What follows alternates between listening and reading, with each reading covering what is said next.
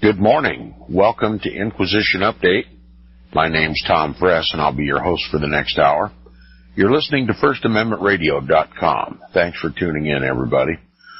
We're going to continue where we left off yesterday in the book, The Footprints of the Jesuits by R.W. Thompson. Yesterday we reviewed the Council of Trent, and particularly Jesuit General Lainez's significant role in that council in an attempt to assert the Pope's infallibility and his temporal power without so much as arousing the contention, the widespread contention, that the Pope was neither infallible nor the King of Kings.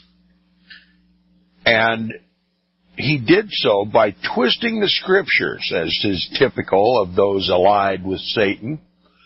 He twisted the Scriptures and converting that passage which says, "If you love me, feed my sheep," twisted it into, "If you love me, govern my sheep." This obviously an attempt to justify the Pope's King of Kings status and also his infallible status in the Roman Catholic Church. This infallibility and this King of Kings status is maintained vigorously by the Jesuit order, and it is their key to the final establishment in the world of a global monarch, an infallible global monarch, a King of Kings and Lord of Lords. And the Vatican literally regards the Jesuits as the rowers of the papal bark. The ship of the Vatican is rowed by the Jesuits. And since the papacy, its temporal power and its King of Kings status have been challenged by the Protestant Reformation, and even Roman Catholic states were throwing off the temporal power of the Pope, rendering him fallible and not desirous to be their king anymore, the Jesuits were true to their role as Jesuits by having such a dominant role in the Council of Trent. Jesuit General at the time, Lainez, giving a 2-hour speech to justify the Pope's kingly status and his infallibility. Now we'll continue with the last sentence on page 475, if you're reading along in your own copy of the book.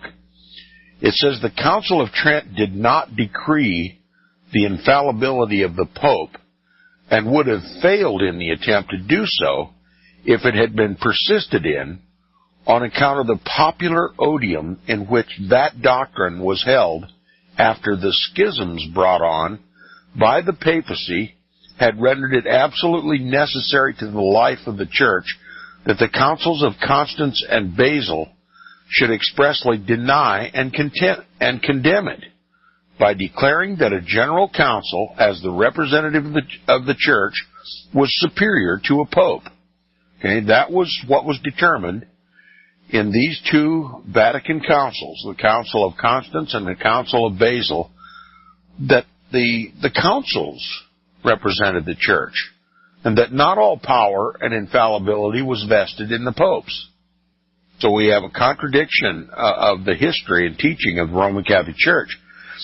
And it says this was especially necessary with regard to the former of these councils, for the reason that the pontifical throne was then claimed by Pope Gregory VII, Benedict XIII, and John the 23rd, all at the same time, 3 popes, all claiming to be infallible, and the King of Kings and Lord of Lords, so that no one knew who the true Pope was. So at the very time when the Roman Catholic Church was struggling with the idea of asserting that the Pope is both divinely infallible and thereby holds King of Kings status in the world, was at the very time when there were 3 popes all at the same time vying for the same seat, the same infallible King of Kings status. And it's like I said on the program yesterday, it's as if God was literally at this most crucial time in the Roman Catholic Church, when it was wrestling over the divine status of the Pope, that there were three of them at the same time. God simply was making a mockery of the papacy. And I believe it was providential. I believe that this calamity in the Roman Catholic Church that remains an embarrassment to the papacy and the Roman Catholic Church to this day was simply a divine act to settle the issue. And anyone who had eyes to see and ears to hear that during the struggle to determine the Pope's infallibility and his temporal power status in the world, there were literally three popes at the same time, all claiming the papal authority. What a wonderful way for God to expose the diabolical nature of the papacy, and literally making a laughing stock of the papacy at the very time it was trying to ascend itself to deified status in the world. Now, continuing, he says, but as John the 23rd had possession of the office, he was tried by the council upon 55 heads of accusation. In other words, 55 indictments against the holder of the papal seat, John the 23rd at that time. And having been solemnly deposed, Martin V was elected in his stead and constitutes one of the line of papal succession. So not only were there three popes, all claiming to be infallible, and the King of Kings in the earth, the one who was acknowledged as the true pope by the Roman Catholic Church was indicted on 55 counts by the Roman Catholic Church Council, and he was taken off the throne. More poignant assertion by the throne of Almighty God exposing the papacy for what it is. A human pretension. It has no authority whatsoever in the world. God has made a laughing stock of it. And that's how we should regard it. They took Pope John the 23rd off of the papal chair, and not only that, they erased his name from the calendar of the popes. They repudiated John the 23rd so vehemently that they no longer regard him as ever having sat in the papal chair. And as a matter of fact, there was a second John the 23rd who convened the Vatican Council II in the late 1950s, early 1960s, simply as a way to put a period on the rejection of the original Pope John the 23rd. God has spoken and made a mockery of the Roman Catholic Church, and particularly the papacy.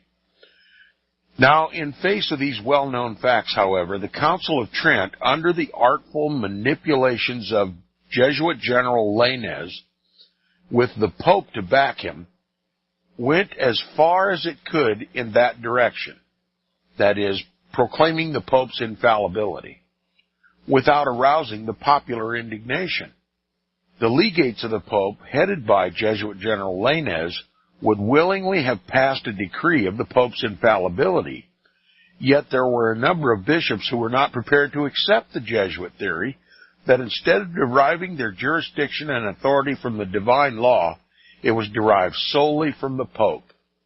Besides, the representatives of the monarchs and princes were unwilling to concede to the Pope the temporal authority which the doctrine of his individual infallibility was intended to embody in his spiritual sovereignty. For it was easy to see that if admitted as part of the Roman Catholic faith, they would hold their kingdoms and authority at his pleasure. Okay? So even the kings of the earth were in a quandary over this infallible status being declared by the popes, because if the Pope is declared infallible, then he, by a natural extension, should be the King of Kings and should seat and unseat all the kings of the world at his pleasure. Well, some of those kings didn't think they stood very well with the papacy and were afraid that if he was declared to be infallible, and by extension the King of Kings, that they might lose their kingly status, that the Pope might remove their crowns and their diadems from their heads and give them a broom to sweep in the streets. So see, even the Pope's allies were worried about the infallibility of the Pope becoming a matter of dogma in the Roman Catholic Church. Now, although no direct vote was taken at the Council of Trent by which the advocates and opponents of the infallibility could be numerically determined, the whole proceedings proved that the foundation was there laid by its final action for the ultimate triumph of the Jesuit doctrine. Lainez did not win the complete victory he hoped for, but obtained advantages of which his society continued to avail itself for 300 years, when their triumph became complete under the pontificate of Pope Pius IX. And remember, Pope Pius IX was the one who was officially declared infallible at a Vatican Council I in 1870, and it became an official dogma of the Roman Catholic Church. The Pope is infallible. And, of course, the Pope, by extension, becomes the legitimate King of Kings, and that every government of the world must submit to his temporal authority, that the governments of the world must answer to the papacy. They must do what the Pope says to do. And if they don't, then the Pope has a divine right, a divine prerogative, a divine responsibility to unseat that king.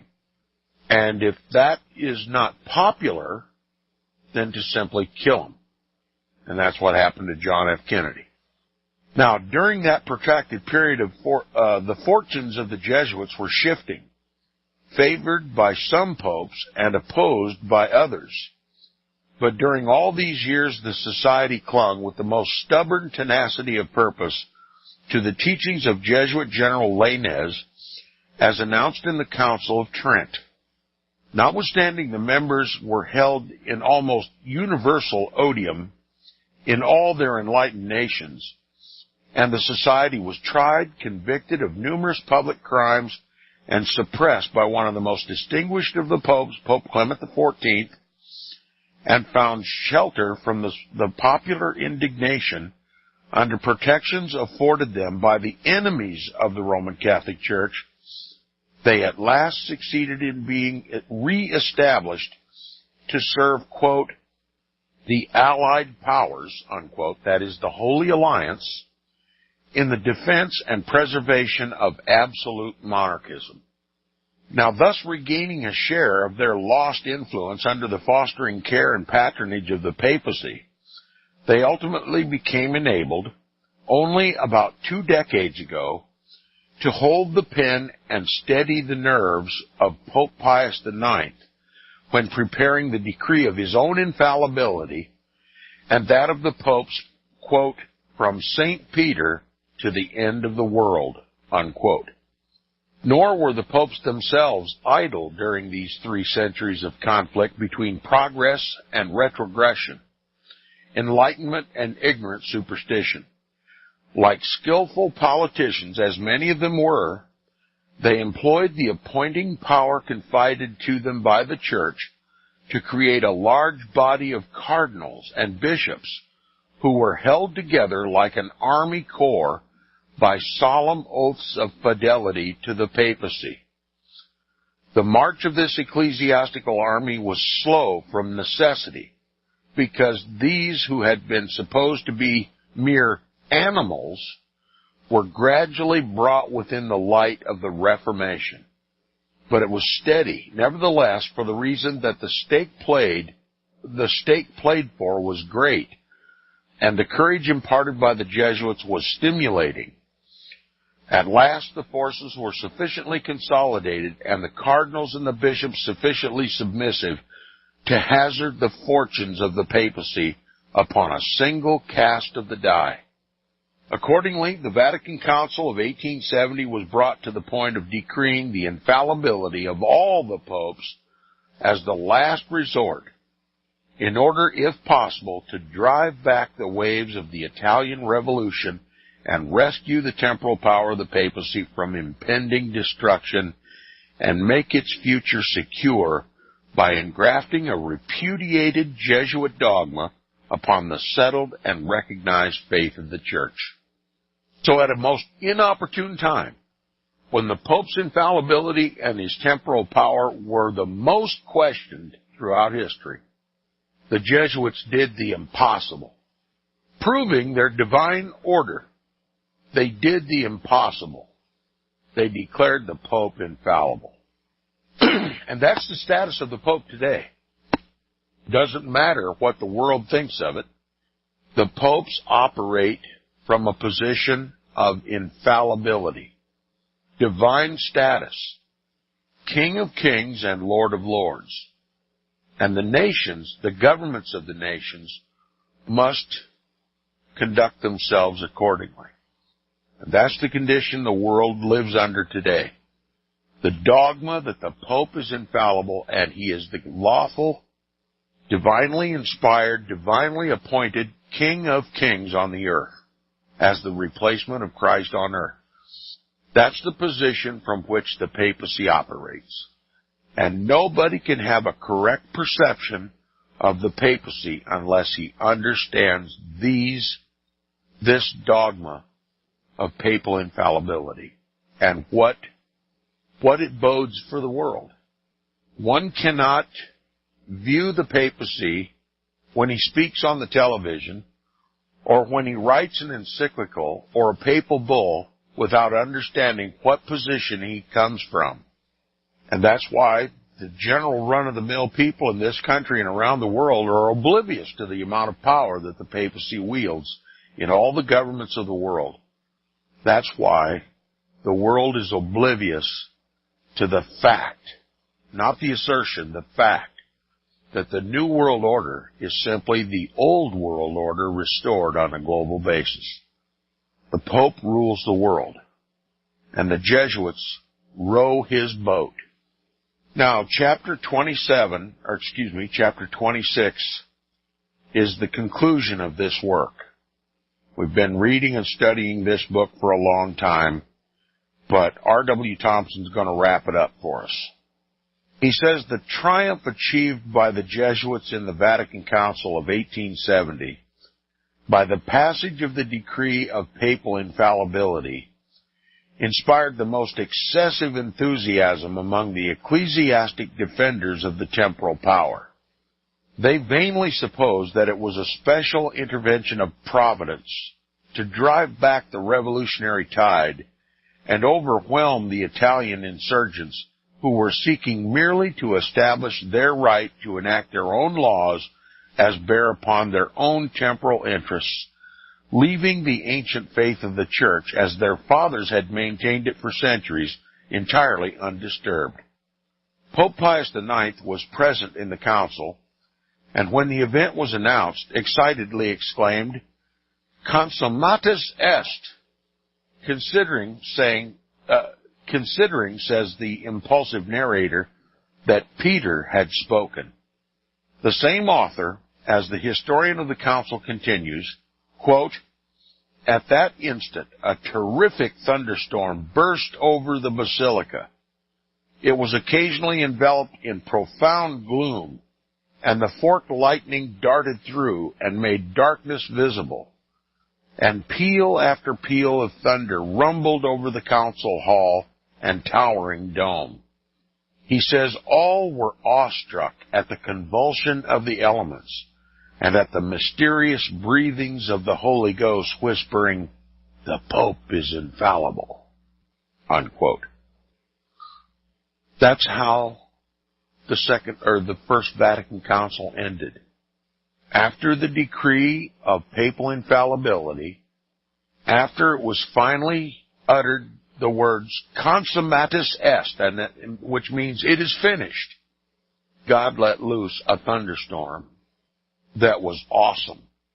Now, it says If at the seemingly inauspicious moment here described, when nature exhibited herself in frowns rather than in smiles, the excitement had subsided sufficiently for calm deliberation, some fear of the divine displeasure might have been kindled in view of the blasphemous pretense that a mere man with all the impulses, passions, and ambitious vanities of other men was made the equal of God in all spiritual and temporal matters which concern the moral conduct of society and governments and the eternal welfare of the human soul.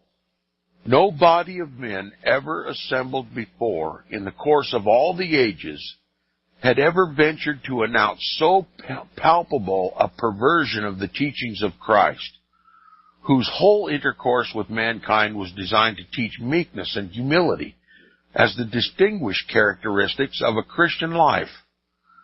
Nearly 19 centuries of the Christian era had passed without the consummation of such an infringement upon the primitive faith, and minds not filled with strange infatuation would have been likely to see in the thunder and the lightning and the clouds the manifestation of divine displeasure rather than to have compared the scene, as this writer does, to that in the mount when the tables of the law were delivered to Moses.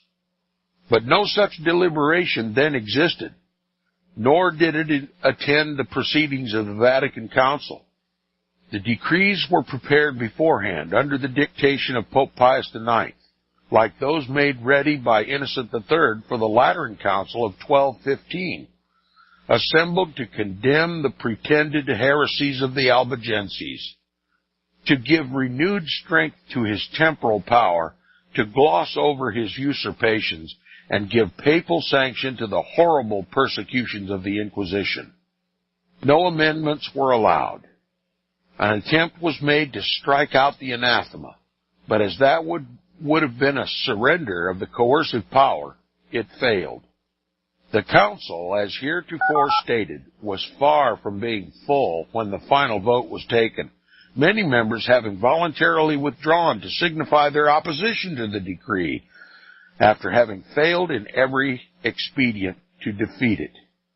Apart, however, from this want of unanimity, it is pretended that this doctrine of infallibility has been concealed in some mysterious way in the deposit of faith for all the years since the time of Christ, and not revealed, notwithstanding the untiring exertions of the ambitious popes to obtain its recognition. And all this without seeming to realize that to say this doctrine, as well as that of the Immaculate Conception of Mary, that belief in both is absolutely necessary to salvation in the next life, is equivalent to alleging that millions who have died without the belief of either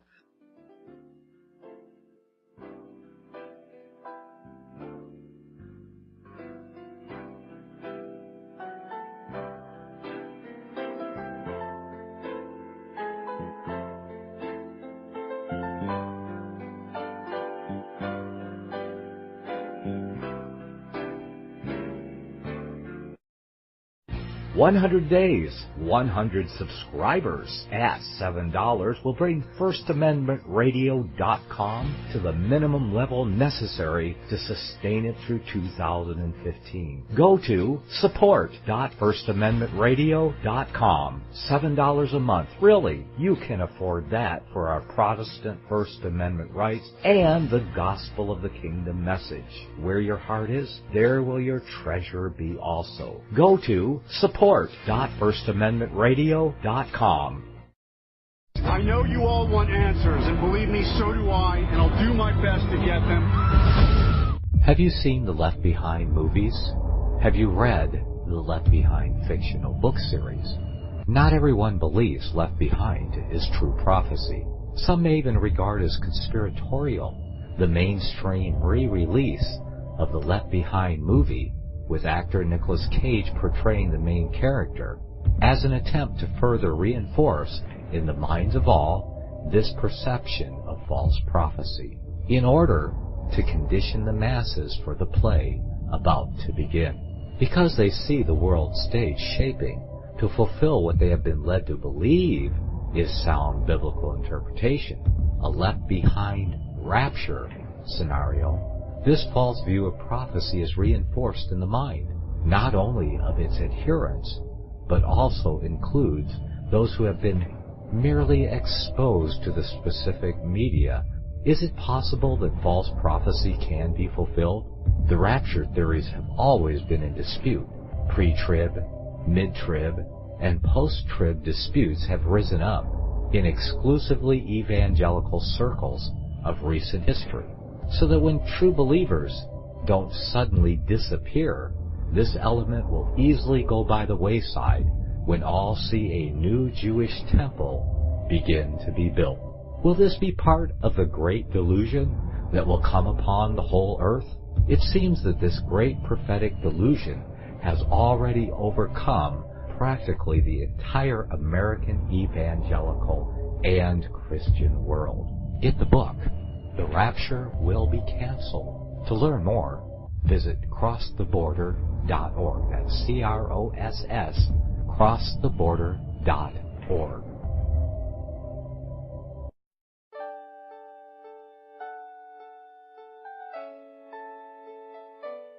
The program you are listening to is 100% sponsored by you, the listener, on this First Amendment Rights Media channel. You will notice that there are few commercials on this radio network. There's a good reason for that.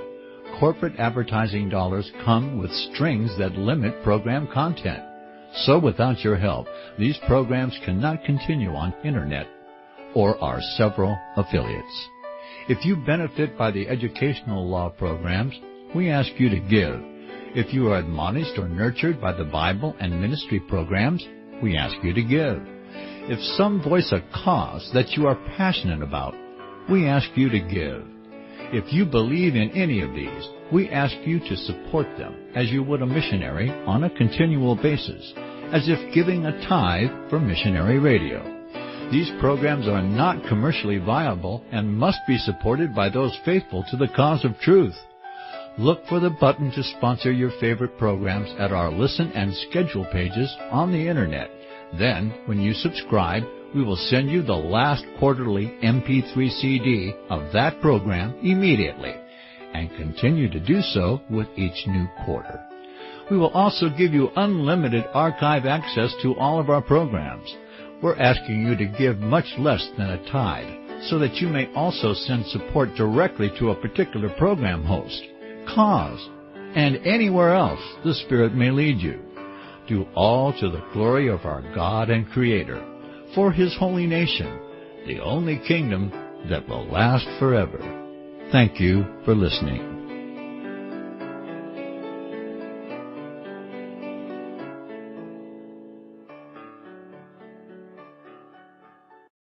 Okay, welcome back from the break. You're listening to the second half hour of Inquisition Update on First Amendment Radio. My apologies to my listeners for some technical difficulty. I'm not hearing the cues either at the beginning of the break nor at the end of the program, so I'm kind of going by ear here. I'm sorry for running off into the break. So we'll continue now, backing up a little bit for continuity in case some of this was lost in the recording. Speaking of the First Vatican Council of 1870, when for the first time in world history it was made an official dogma of the Roman Catholic Church of the Pope's infallibility, it says nearly 19 centuries of Christian era had passed without the consummation of such an infringement upon the primitive faith, and minds not filled with strange infatuation would have been likely to see in the thunder, the lightning, and the clouds the manifestation of divine displeasure, rather than to have compared the scene, as this writer does, to that in the mount when the tables of the law were delivered to Moses. But no such deliberation then existed, nor did it attend the proceedings of the Vatican Council. The decrees were prepared beforehand under the dictation of Pope Pius IX, like those made ready by Innocent III for the Lateran Council of 1215 A.D. assembled to condemn the pretended heresies of the Albigenses, to give renewed strength to his temporal power, to gloss over his usurpations, and give papal sanction to the horrible persecutions of the Inquisition. No amendments were allowed. An attempt was made to strike out the anathema, but as that would have been a surrender of the coercive power, it failed. The council, as heretofore stated, was far from being full when the final vote was taken, many members having voluntarily withdrawn to signify their opposition to the decree after having failed in every expedient to defeat it. Apart, however, from this want of unanimity, it is pretended that this doctrine of infallibility has been concealed in some mysterious way in the deposit of faith for all the years since the time of Christ, and not revealed, notwithstanding the untiring exertions of the ambitious popes to obtain its recognition. And all this without seeming to realize that to say of this doctrine, as well as that of the Immaculate Conception of Mary, that belief in both is absolutely necessary to salvation in the next life, is equivalent to alleging that the millions of those who have died without the belief in either, and the other millions who have expressly denied and denounced both, have been and will be forever excluded from the presence of God. The author makes a valid point. If it is a matter of salvation to every Roman Catholic to believe in both the infallibility of the Pope and the Immaculate Conception of Mary, what does that do to the souls of all Christians who had never heard of either one? Okay? It's obviously not a tenet of the true faith of Jesus Christ. It's only a dogma in the Roman Catholic Church, the Church of Antichrist. Now, this is a practical age, says the author, and the people of the United States, considered collectively, are conspicuously a practical people. They have become so by virtue of the fact that their political institutions have been so constructed as to require the personal participation of each citizen in the management of public affairs. But if the Pope is in fact infallible and possessed rightfully of the jurisdiction over faith, morals, and conduct, which that doctrine assigns to him, then the popular supervision over their affairs ends at the point where the papal and Jesuit supervision over them begins. Then, instead of continuing in the forefront of the progressive and advancing nations, we shall occupy an inconspicuous place among those by which progress is condemned as infidelity. The Pope himself, who has sent Monsignor Satoli here to instruct us, seems to have forgotten, and there are multitudes of his obedient followers who care not to know, that the most that his ambitious predecessors, Gregory VII, Innocent III, and Boniface VIII, could accomplish by virtue of their assumption of infallibility was to divide the membership of the Church into rival and infuriated factions, the Cisalpines and the Ultramontanes. Now, the Ultramontanes are those that believe that the Pope is infallible, and he is the King of Kings and Lord of Lords in the world. That's the Ultramontanes. That's the position held by the Jesuits. And the Cisalpines are the liberal wing of the Roman Catholic Church, like the Gallicans of France, who admitted to the Pope's spiritual power, but denied his temporal power, that the Pope should have nothing to do in government. All right? So we have, let's just call them the liberal wing of the Roman Catholic Church and the conservative wing of the Roman Catholic Church.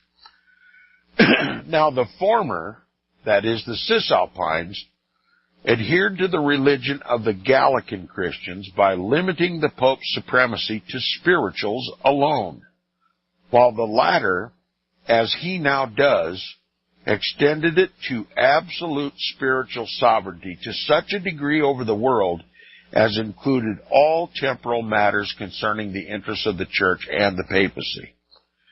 The Ultramontanes traced this absolute sovereignty back to the lines of policy pursued by several of the most distinguished of the popes, but particularly the bull Unum Sanctum of Pope Boniface VIII, while the Cisalpines repudiated the authority of that bull. This issue gave rise to a protracted and angry controversy, which continued up until the time of Vatican Council I in 1870, when Pope Pius IX, more successful than any of his predecessors, was enabled to profit by his alliance with the Jesuits and secure the triumph of the Ultramontanes. This he accomplished by causing the council to revive the dogmas of all the popes who had gone before him, including, of course, Gregory VII, Innocent III, and Boniface VIII, insofar as they concern faith, morals, and all the religious duties and obligations. In the dogmatic constitution, which authoritatively announces the infallibility of the Pope, and was issued under the immediate personal auspices of Pope Pius IX, special pains are taken to declare that this document rests not only on the testimonies of the sacred writings, but on the plain and express decrees of the Roman pontiffs and the general councils. Notwithstanding, no previous council ever passed such a decree, and those of Constance and Basil expressly decided the exact reverse. Here it will be observed the popes are grouped together by the use of the word pontiffs in the plural, leaving the present to be compared with the former faith. By searching among the numerous constitutions, decrees, encyclicals, allocutions, and bulls of all the popes enumerated in the calendar of the Church. Thus the Ultramontanes and the Jesuits find their faith in the bulls and policies of Pope Gregory VII, Pope Innocent III, and Boniface VIII, but especially in the bull Unum Sanctum of the latter. And as they, with Pope Leo XIII at their head, represent the victorious party of the Church, there can be no excuse for not knowing the religious doctrines of that party as they are embodied in the infallible utterances of that celebrated bull, and are now employed to justify the restoration of the Pope's temporal power and the enlargement of his spiritual jurisdiction in the event of their success. Now there's talk about this papal bull, Unum Sanctum. The most poignant part of that entire bull says that it is imperative that every man, woman, and child on the planet be directly responsible to the Roman pontiff. That makes him a monarch, a global monarch, in rule over all of humanity, of no matter what faith. Unum Sanctum by Pope Boniface VIII is the most direct expression ever uttered by the papacy as to his infallibility and his divine right to rule the world. And this is believed and exerted by the Jesuits, that it is necessary for every man, woman, and child on the planet to acquiesce to the Pope as the King of Kings and Lord of Lords. Now, there has been an evident disinclination among the papal writers to publish this bull in its entirety, so that its precise purport can be understood by the average reader. Why do you suppose they don't want to publish this bull in its entirety and give it out to the world? Because the world would reject it. That's why. They don't publish Boniface VIII's Unum Sanctum in its entirety because the world would reject it. Even Roman Catholics would reject it. He says, as an excuse for not doing so, de Montor, the authorized historian of the Pope, says in his biography of Pope Boniface VIII that, quote, neither at Rome or elsewhere, unquote, is it, quote, any longer officially mentioned, unquote. In other words, they don't even officially mention unum sanctum anymore. It's just too controversial. It's just too controversial. It would divide the Roman Catholic Church, as it did originally.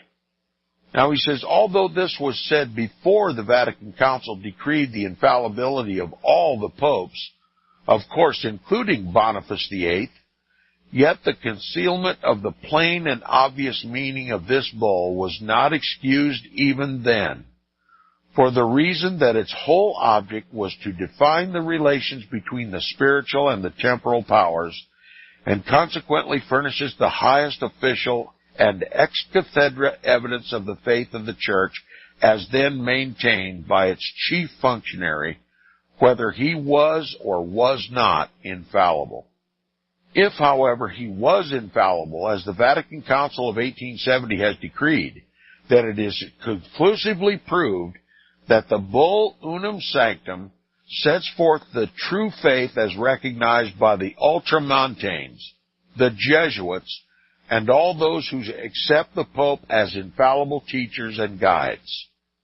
The suppression of the most material parts of this bull by de Montor and other papal defenders is but a feeble attempt to disguise the censure commonly visited upon its author, although what he did was openly and boldly to avow what Pope Gregory VII and Pope Innocent III and other popes had substantially proclaimed before in the regular execution of their pontifical functions.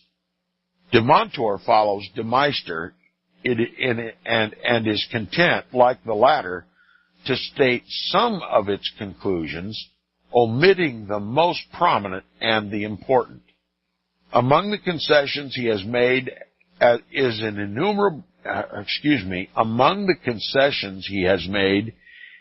enumeration of those who are subject to excommunication as follows.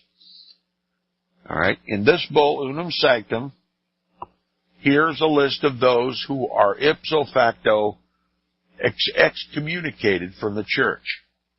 All heretics, all who appeal to future councils.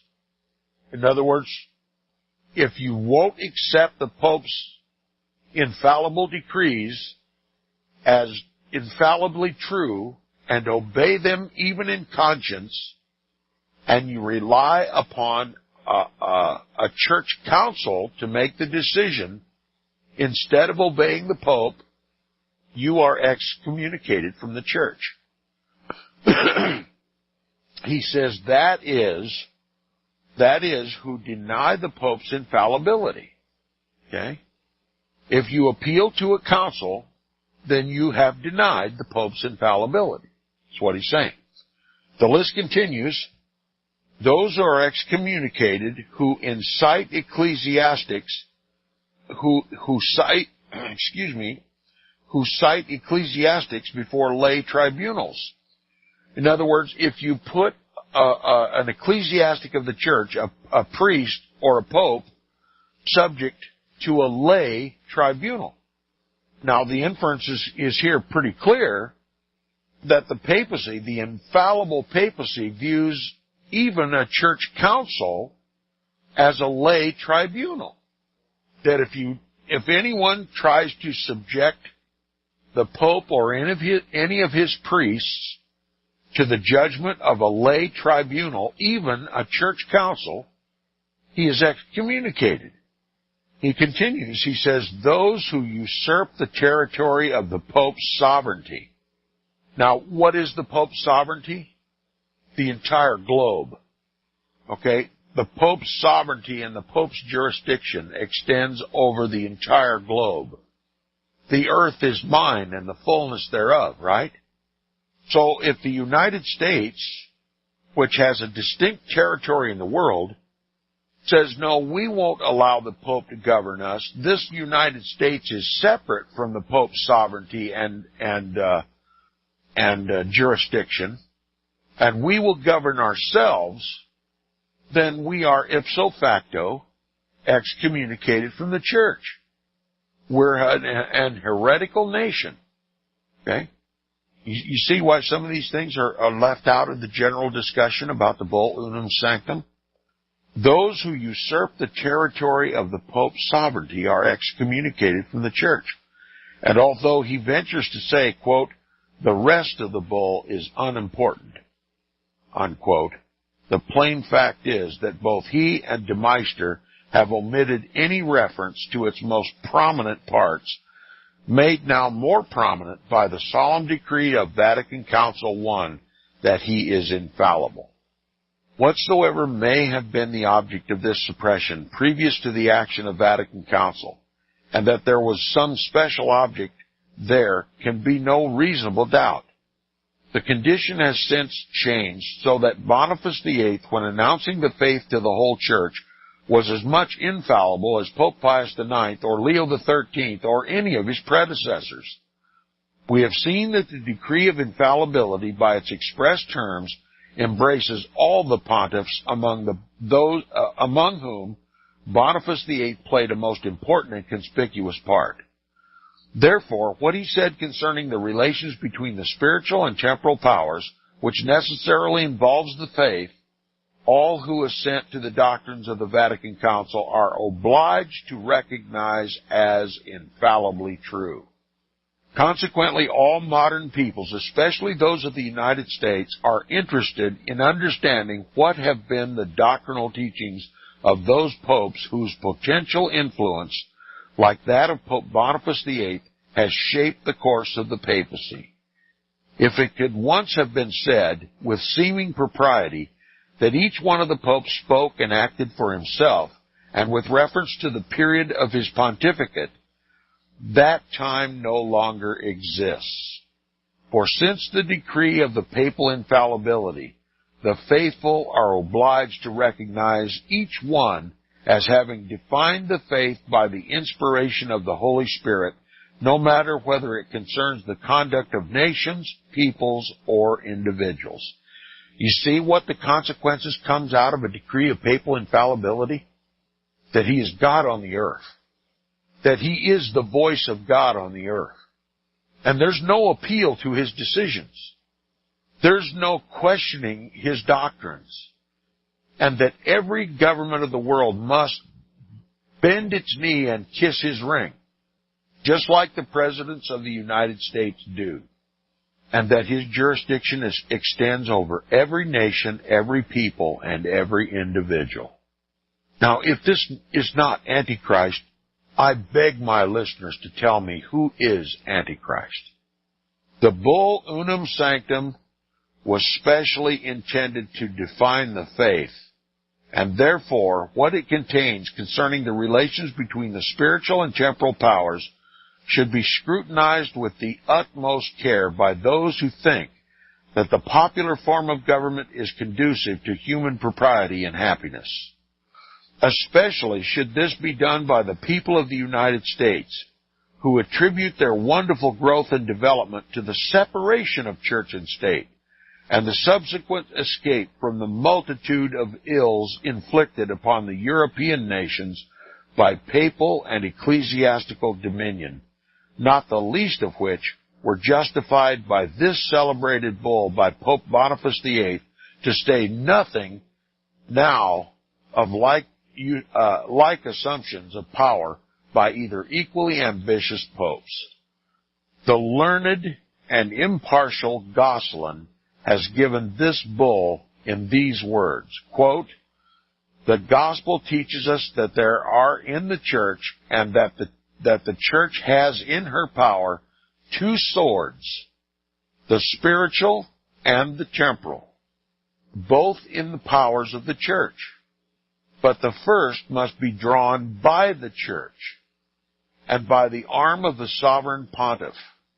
The second for the church by the arms of the kings and soldiers at the pontiff's request. You see what the union of church and state really means? That the Pope can command all the armies of the world to come to his defense or to extend or maintain his jurisdiction and law over the whole world. It says the temporal sword ought to be subject to the spiritual. That is, the temporal power to the spiritual, according to these words of the apostle, quote, there is no power but from God, and those that are ordained of God, unquote. Now the two powers would not be well ordained if the temporal sword were not subject to the spiritual, as the inferior to the superior. It cannot be denied that the spiritual power as much surpasses the temporal in dignity as spiritual things in general surpass the temporal. The very origin itself of the temporal power demonstrates this. For according to the testimony of truth, the spiritual has the right of appointing the temporal power, and of judging it when it errs. Thus also is verified in the church and the ecclesiastical power the oracle of Jeremiah, quote, Lo, I have set thee this day over nations and over kingdoms, unquote. If therefore the temporal power errs, it must be judged by the spiritual. If the spiritual power of inferior rank commits faults, it must be judged by a spiritual power of a superior order. But if the superior spiritual power commits faults, it can be judged by God alone, and not by any man, according to the words of the apostle, quote, The spiritual man judgeth all things, and he himself is judged of no man, unquote. This sovereign spiritual power has been given to Peter by these words, Whomsoever thou shalt bind, etc. Whosoever therefore resisteth this power, so ordained by God, resisteth the order of God, unquote. It is not necessary to a correct understanding of this extraordinary official proclamation that its language should be closely scanned. It is an emphatic and obvious assertion of complete pontifical jurisdiction over nations and everything connected with their measures of internal policy, which pertains to the interests of the faith of the Church, or places the least limitation upon the powers and prerogatives of the popes. It reduces all peoples into a condition of absolute inferiority, and recognizes the Pope as the common arbiter of all human affairs and not responsible to any human tribunal. Its main purpose was to weld church and state so closely together that they could never be separated, so as to render any form of popular government like that of the United States of America impossible. It has been locked up among the secret archives of the Vatican for 600 years, along with other pontifical bulls of like import, where it might have remained in oblivion had not the Vatican Council of 1870 decreed its author to have been infallible, and thus dragging it into the full light of day.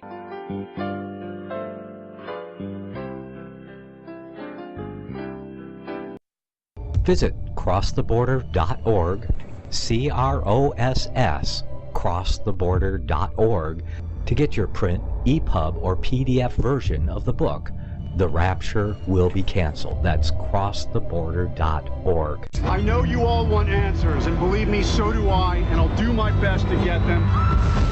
Despite Nicolas Cage's promise to do his best to get left behind rapture answers for us, don't hold your breath. Not everyone believes Left Behind is true prophecy.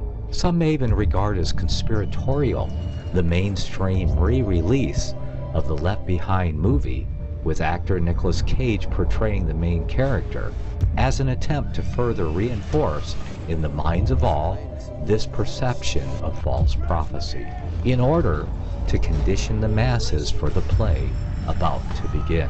If you want true Bible prophecy answers, get the book, The Rapture Will Be Canceled. The author exposes the Latin rapture origin, the 7-year tribulation deception, true Bible revelation of Daniel's 70 weeks, the abomination of desolation, the restrainer, America in the Revelation, the image of the beast and the mark of the beast, and the truth about God's chosen people, and so much more about Bible prophecy.